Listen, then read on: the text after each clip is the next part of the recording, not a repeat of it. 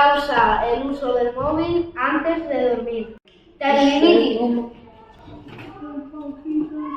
Problemas de sueño. ¿Qué típico?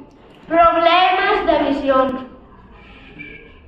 Problemas de salud mental. Aumenta el estrés.